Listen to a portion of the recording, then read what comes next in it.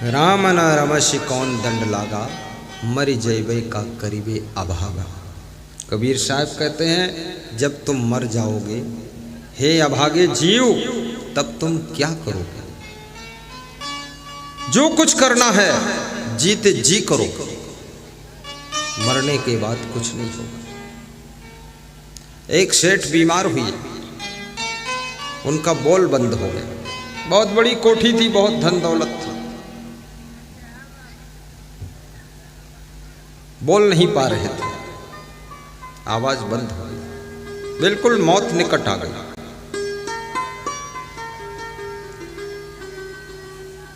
सेठानी ने अपने लड़कों को बुलाया, लड़कों ने तुरंत डॉक्टरों को बुलाया, सब जांच हुई। डॉक्टरों ने कहा अब मुश्किल है, अब जो कुछ इनके हाथ से करवाना हो करवा लो। तो उन्होंने इशारा दिया, सेठ जी ने अंगुली ऊपर उठाई,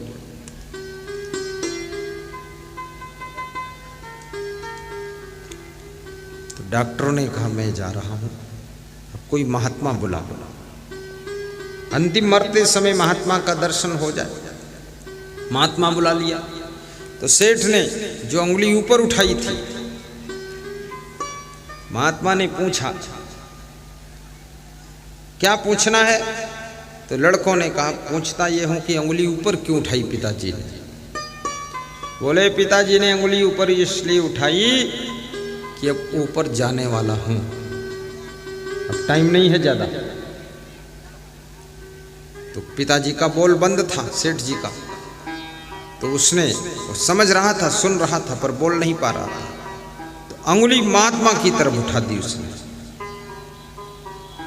तो लड़कों ने पूछा अंगुली आपकी ओर क्यों उठाई? बोले इसलिए उठाई कि ऊपर जाने वाला हूं, इस महात्मा को कुछ दान पुण्य दे दो, इसलिए उठाई। तो लड़कों ने अपने पिता से क्या इशारा दिया?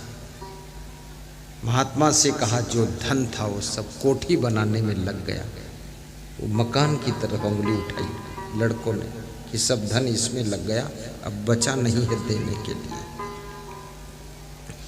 तो सेठ की आंखों में आंसू आ गए।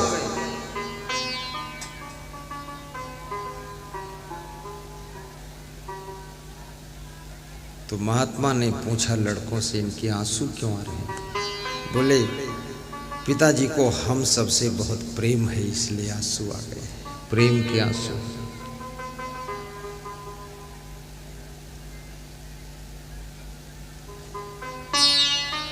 महात्मा मुस्कराने लगा।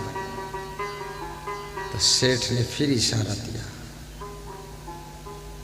अपने लड़कों को ऐसे जेब में हाथ डाला, ऐसे ऐसे किया, कुछ दान कर दो मेरे नाम से। तो महात्मा ने लड़कों से पूछा आप क्या कह रहे हैं? बोल रहे अब पिताजी ये कह रहे हैं कि महात्मा को भी पैसा देकर बर्बाद मत करना, जाने दो इसको ऐसे। सेठ जी का दम टूट गया, मर गए सेठ जी। इसलिए जो भी करना है पुण्य खुद करो।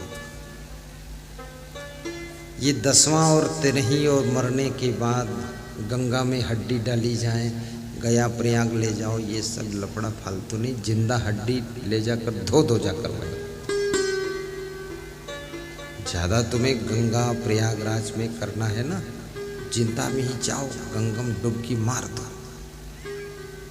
ये मरी हड्डियां, जली हड्डियों की राख वहां गया प्रयागराज में डाल रहे हैं।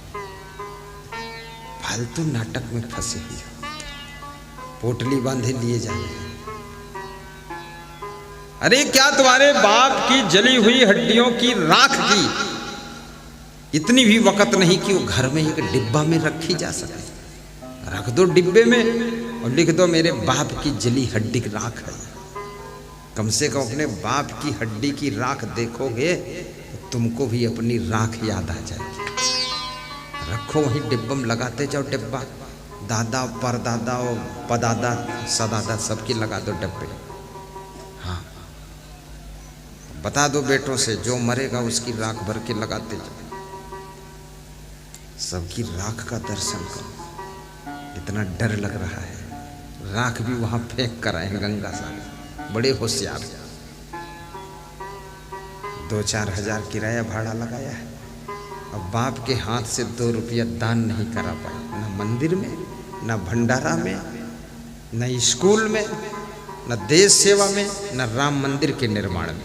अभी राम मंदिर के निर्माण के लिए दान सरकार मांग रही थी।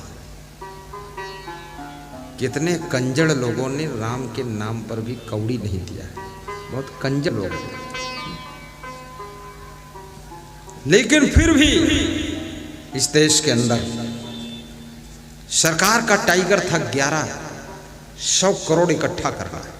2500 करोड़ इकट्ठा हो चुका है, 2500 करोड़, दुगने से भी ज्यादा आ गया। ऐसा नहीं, दानी भी बहुत है हमारे देश के अंदर, लेकिन कंजूस भी कम नहीं है लोग। सब जोड़ा बराबर है, ना कमती रघुवर, ना कम कन्हैया, ना कम दानी, ना कम कंजूस। ऐसा ऐसा कंजूस भरा है, बीमार है तो भी दवा 1 रुपये की नहीं खरीद कर खाएगा।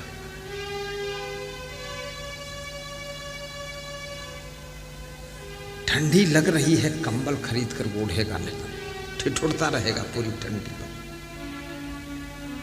पांव सब फट गए, बेवाई फट गई, एकदम खून बहता है, जूता चप्पल नहीं पहनेगा, लंगड़ाता हुआ चलता है। उससे पूछो बात क्या है, बोले मैं त्यागी हूं, जूता चप्पल त्यागी है। वाह तुम्हारा त्याग, त्याग मुर्गी के अंडा नहीं त्याग पाए, जूता चप्पल त्याग करे।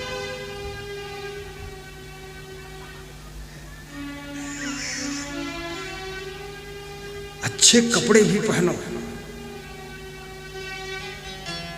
अच्छे मकान में भी रहो, अच्छी गाड़ी में भी चलो, अच्छी उन्नति करो, मीडियम जूते चप्पल भी पहनो। कभी कभी नंगे पांव चलना पड़ जाए तो कोई फर्क नहीं, कभी कभी ओढ़ने को ना मिले थोड़ा तपस्या भी कर लो, कोई फर्क नहीं। और कभी कभी साधारण घर में रहना पड़ जाए तो दुखी मत हो, ये समझ लो तपस्या का वक्त है, चल रहा, ठीक है। लेकिन हमेशा कंजड़ बनकर पड़े हैं कंजूस नाथ, धन जोड़ जोड़ कर रख रहे हैं, मकान नहीं बना रहे। कितने लोगों के पास घरों में सोना चांदी बहुत रखा है और रह रहे खपड़ेल में, जब निकलते तो खोपड़ी में खपड़ेल लड़ता है, उसका नाम ही खपड़ेल है, खोपड़ी फोड़ दे। अरे फर्स्ट क्लास मकान बनाइए, धन कमाना भी सीखो, और धन कमाने से ज्यादा धन बचाना सीखो, और धन बचाने से भी ज्यादा धन कहां खर्च करना है ये भी सीखो। धन से धन पैदा करो।